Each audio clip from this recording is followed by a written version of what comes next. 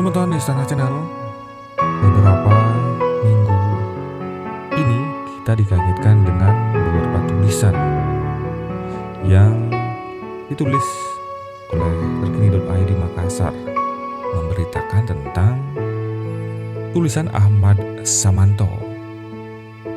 Ahmad Samanto ini menuliskan bahwa Siddhartha Buddha Gautama yang selama ini dikenal sosok yang dimuliakan, sosok yang dihormati oleh umat Buddha, ternyata ditulis oleh Ahmad Samanto.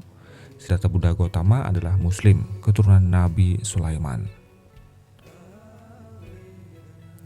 Seperti apakah terkini.id Makassar menuliskan informasi tersebut? Inilah informasi selengkapnya untuk Anda. Selamat menyaksikan.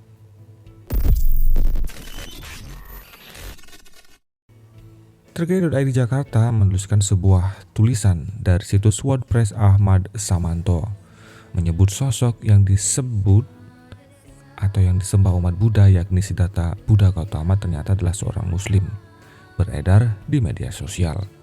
Adapun link WordPress yang memuat tulisan Ahmad Samanto tersebut menyebut Siddhartha Buddha Gautama ternyata Muslim itu dibagikan pengguna Twitter Tukang Rongsok seperti dilihat pada Senin 11 Juli 2022.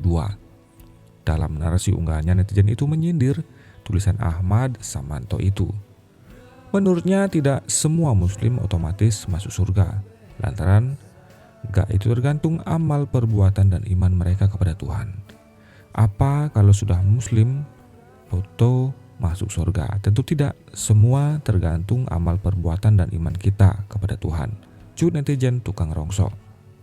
Menurut sang netizen, salah bukti terkait hal itu yakni tulisan Ahmad Samanto tersebut yang menurutnya mengaku paling beriman namun suka adu domba dan menyebar berita hoak atau berita palsu.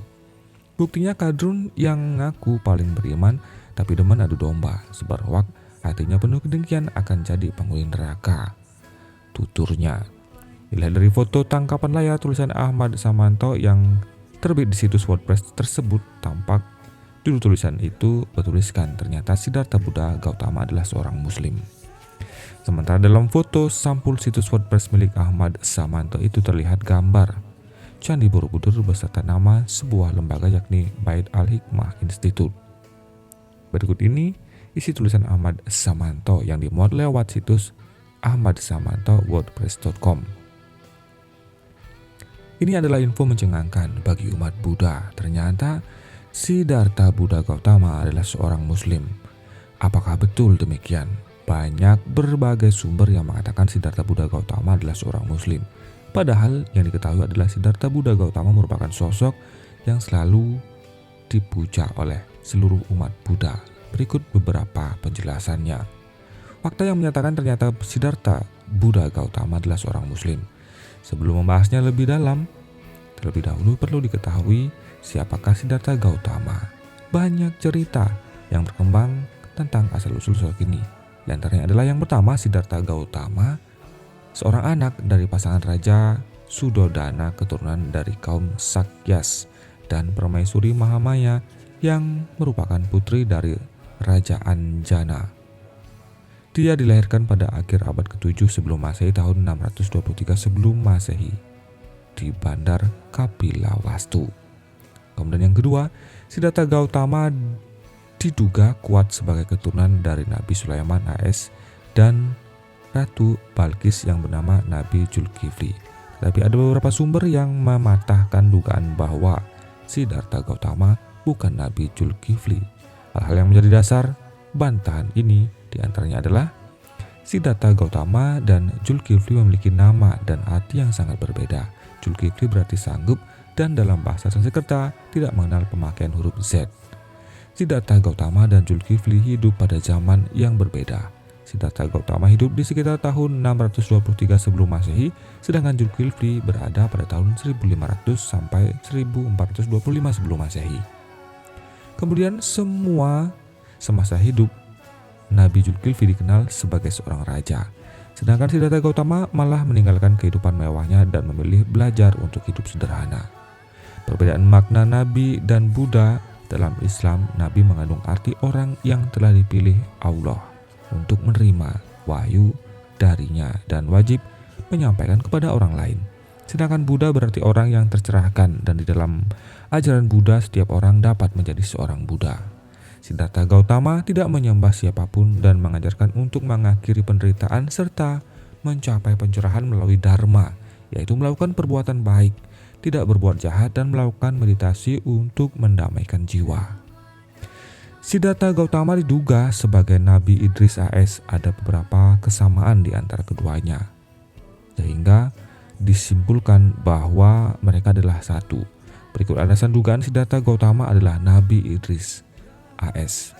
Memiliki kesamaan yaitu berdakwah kepada orang-orang jahiliyah.